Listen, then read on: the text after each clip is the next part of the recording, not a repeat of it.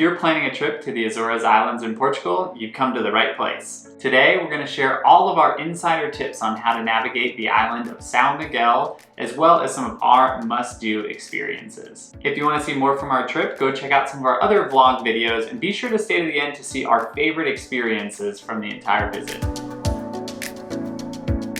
First things first, let's talk geography and give you a lay of the land.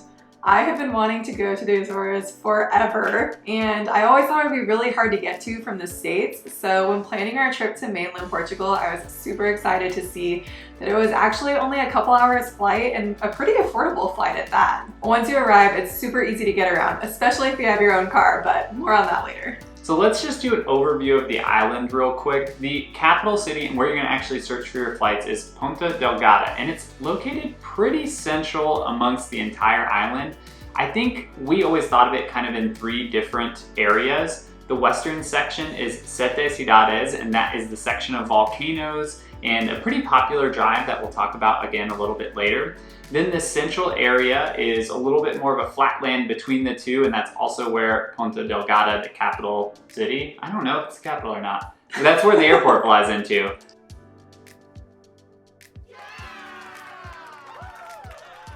And then you have the eastern half. The eastern half is where Furnas is located, and it's the location of a lot of those hot spring visits that you see common in the area. When you're looking for places to stay, Ponta Delgada and Furnas are gonna be the most common areas that folks find Airbnbs or hotels or hostels or things like that. We chose to stay in this really cool farmhouse that was kind of between the two, and it kept us really central, making most of the island accessible from a day trip. The farmhouse was so amazing because we got to meet the owners and they told us the history about it, and it's actually on a working cow farm, so you could go out in the morning and see all the cows out there. It's pretty easy to find some fantastic views everywhere on Sao Miguel Island. One thing to remember when visiting the Azores is that the weather can be very unpredictable, so always stay ready to change your plans on a whim or bring a rain jacket to brave the weather. But we often found that sometimes one side of the island would be covered in fog and rain, and then we would go to the other side and it would be perfectly sunny.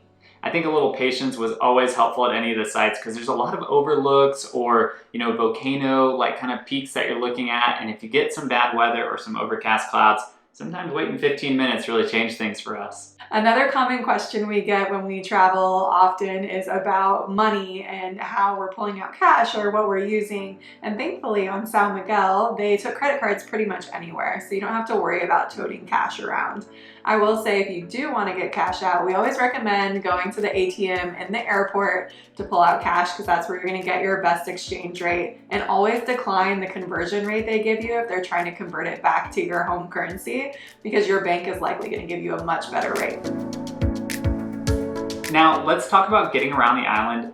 Definitely think that a car is the easiest way to do so, and so if you're planning your trip to the Azores, make sure that you look up options to rent a car. Now, I'm sure there are some ways that you can book, day trips out from Ponta Delgada or that capital or even Furnas, but I think it makes it a lot easier if you have the flexibility of driving your own vehicle. And again, it was pretty affordable during the time that we went. The benefits of having your own car is that you can stay flexible, like we said, with weather, but you can also find so many incredible viewpoints just around the bend. And driving is super easy. They drive on the right side just like we do in the United States, and all of the roads are in fantastic conditions. We had no issues getting around. It is very hilly, so if that throws you off, or if you have the option to rent a standard vehicle like we did, just be aware that that can make for a little bit more challenging of an experience, but I'm sure nothing you can't handle. One thing to keep in mind if you're not staying in some of the main towns is that the roads can get a little bit dark at night and in the mornings, and they're also pretty windy, so you definitely just want to be, cognizant of that and make sure you're paying attention while driving.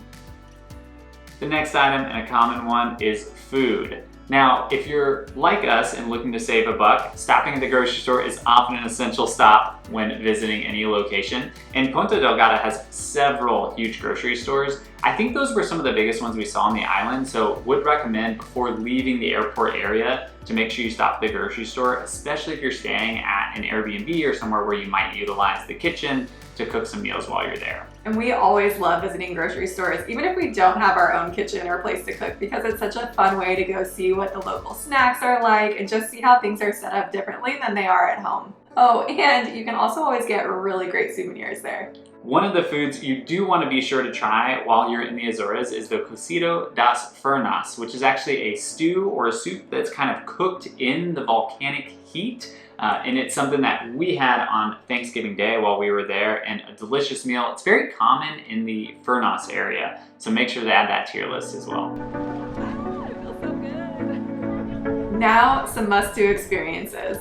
In addition to all of the views and outlooks around every corner, they are known for waterfalls and the old aquifers that you can go climb around, lots of hiking, and of course the hot springs. I think we visited 4, maybe 5 different hot springs while we were there, and we didn't even hit all of them, and each one offered sort of a unique experience and something different to it, so you could probably entertain yourself just with that, but you don't want to stop there for sure. I will say, if you are going to visit one of the hot springs, make sure to pack a swimsuit that has a dark material or that you don't mind getting stained, because the mineral-rich water will give a little orange hue to your swimsuit and stain it permanently. Now, we spent about a week on the islands. We're going to try and summarize that down into a few of the highlights. Again, if you want to see more of what we did, go check out our vlog videos. We'll start by giving you a top 3 in no particular order, starting first with the abandoned hotel. I had seen this online in several places, and honestly, we've just watched a lot of YouTube videos of people exploring abandoned places, and that really intrigued us.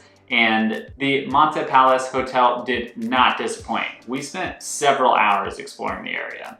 There are definitely signs that say not to enter, but there were people crawling all over that building. And it was just so cool to see how incredibly beautiful the views were from the hotel, and then to also see how abandoned and how haunting it felt with all of the moss and water dripping everywhere. It was a pretty cool experience. The next one, of course, involved water and was the Ponta de Ferreria. Excuse the pronunciation. But that is a natural swimming pool during low tide where hot springs meet the ocean water on the west side of the island, and it was so fun to just sit in there and float around and giggle and laugh as the waves knocked you over, but then also relax with the hot, warm water. It was truly an incredible experience, and I highly recommend it.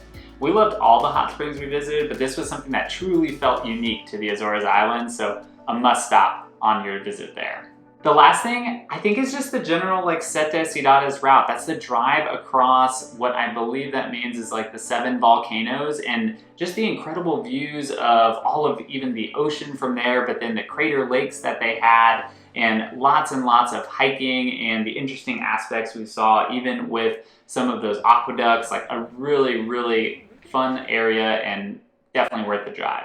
We hope you found these tips helpful and give you some courage to plan your own DIY adventure in the Azores. Feel free to leave any questions or comments of your own experience down below, and as always, go check out our other videos to see what other travels we've been up to.